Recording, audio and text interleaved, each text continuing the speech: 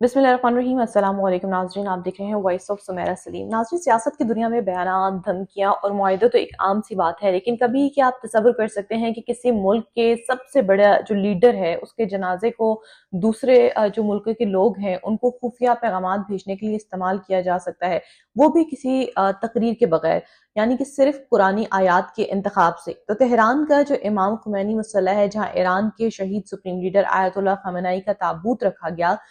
दुनिया भर से सिफारतकार गए, वुज़रा गए, पाकिस्तान की जानिब से डेलीगेशन गया और तंजीमों के सरबराहान जो है आखिरी दीदार के लिए पहुंचे थे, जहाँ पूरी दुनिया के जो मीडिया और इंटेलिजेंस इदारे जो थे उनको हैरान कर दिया है। वो ऐसे कि जैसे ही कोई गैर मुल्की वफूद उनके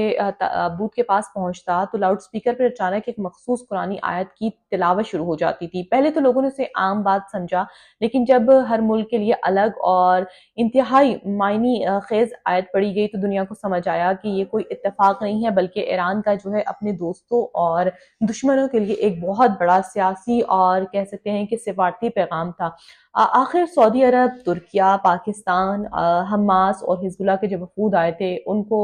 किन आयात के जरिए पैगामात दिए गए, क्या पैगामात थे, और खamenei के जनाजे में वो कौन सी अजीब बात थी जिसने सबको चौंका दिया था। इस तमाम जो बातें हैं इसका मैं जिक्र करने जा रही हूँ ये वीडियो में। तो ये वीडियो जो है आप लोगों ने लास्ट तक जरूर देखनी है।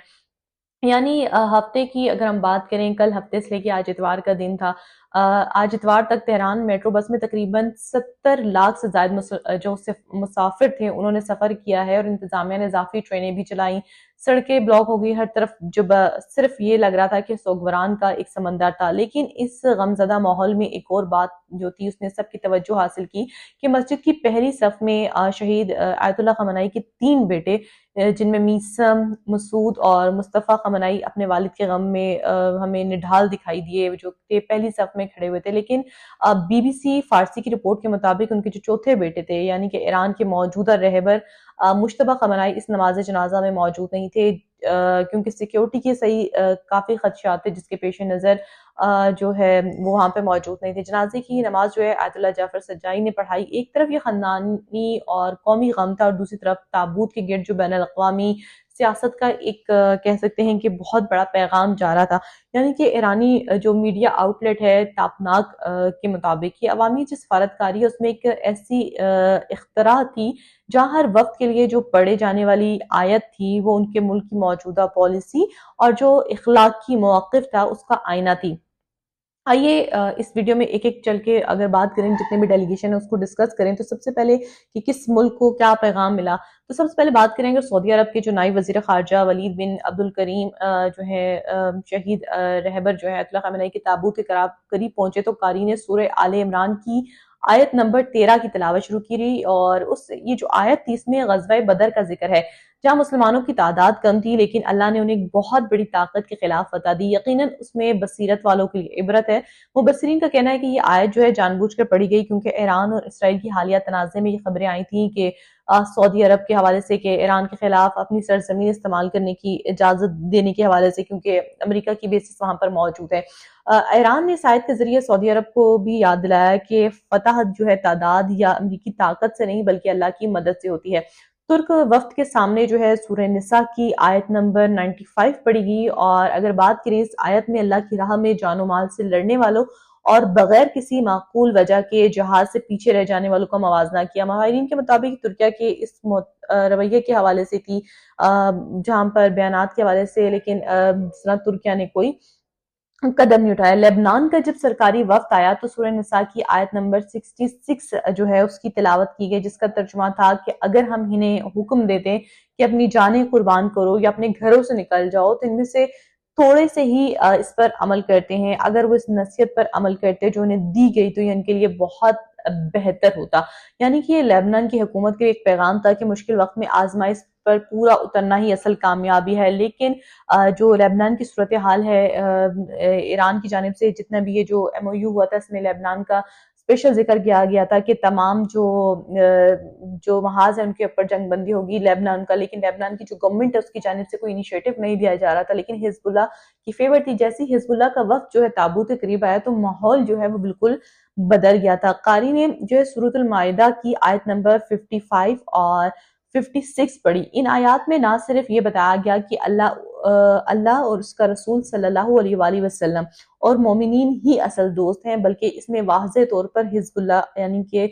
حزب اللہ کا لفظ یعنی کہ اللہ کی جماعت کا لفظ بھی آیا اور فتح کا وعدہ بھی کیا گیا۔ یہ حزب اللہ کی جو قربانیاں ہیں ان کو ایران کا سب سے بڑا سلام تھا۔ حماس کے وفد کے حوالے سے انہوں نے کیا کیا کہ سورہ احزاب کی آیت نمبر 23 منتخب کی گئی، جس میں ان مومنین کی تعریف کی گئی جنہوں نے اللہ سے کیا ہوا عہد سچ کر دکھایا۔ ان میں سے کچھ شہید ہو گئے اور کچھ انتظار میں ہیں، لیکن انہوں نے اپنے عہد کو کبھی نہیں بھولا یا اپنے عہد کو سے جو ہے نہیں بدلے۔ یہ حماس کی جو مزاحمت کا سب سے بڑا کہہ سکتے ہیں کہ خراج تحسین پیش کیا گیا ایران کی جانب سے۔ پاکستانی وفد کی آمد پر جو ہے سورہ اسراء کی آیت نمبر 80 کی تلاوت کی گئی، جس میں نبی کریم صلی اللہ علیہ وآلہ وسلم کو ایک خاص دعا سکھائی گئی ہے اور عرض کیجئے کہ اے میرے پروردگار، مجھے سچی طرح داخل فرما اور مجھے سچی طرح باہر لے اور مجھے اپنی طرف سے غلبہ اور مدد فرما۔ پاکستانی وفد کے لیے دعا پڑھنا اس بات کی طرف اشارہ تھا کہ ایران پاکستان کے لیے خیر خواہی، استحکام اور دونوں ممالک کے درمیان سچائی اور غلبے کا جو رشتہ ہے اس کا خواہش مند ہے۔ تو دوستو، تاریخ میں جنازے تو ہم نے بہت دیکھے ہیں لیکن تہران کے اس جنازے نے ثابت کر دیا ہے کہ سفارتکاری جو اکثر لوگ ہیں وہ اس حوالے سے بھی کہہ رہے ہیں کہ سفارتکاری صرف بند کمروں کے مذاکرات کا نام نہیں ہے۔ شاید کہیں نہ کہیں یہ بھی کہا جا رہا ہے کہ ایران نے دنیا کو دکھایا ہے کہ وہ اپنے دوستوں کو بھی پہچانتا ہے، وہ اپنے دشمنوں کو بھی جانتا ہے اور مصلحت پسندوں کو ان کو آئینہ دکھانا بھی چاہتا ہے۔ 70 لاکھ لوگوں کا ہجوم، بیٹوں کے آنسو، موجودہ سپریم لیڈر مجتبیٰ خامنہئی کی غیر موجودگی اور قرآنی آیات کی یہ سنسنی خیز پیغامات، یہ جو جنازہ ہے یہ آنے والے وقت میں مشرق وسطیٰ کی سیاست کا رخ جو ہے طے کرنے میں اہم ترین موڑ ثابت ہو سکتا ہے۔ آپ کا اس منفرد سفارتی انداز اور جو قرآنی آیات کے انتخاب کے بارے میں کیا کہنا ہے؟ کمنٹ سیکشن میں اپنی رائے جو ہے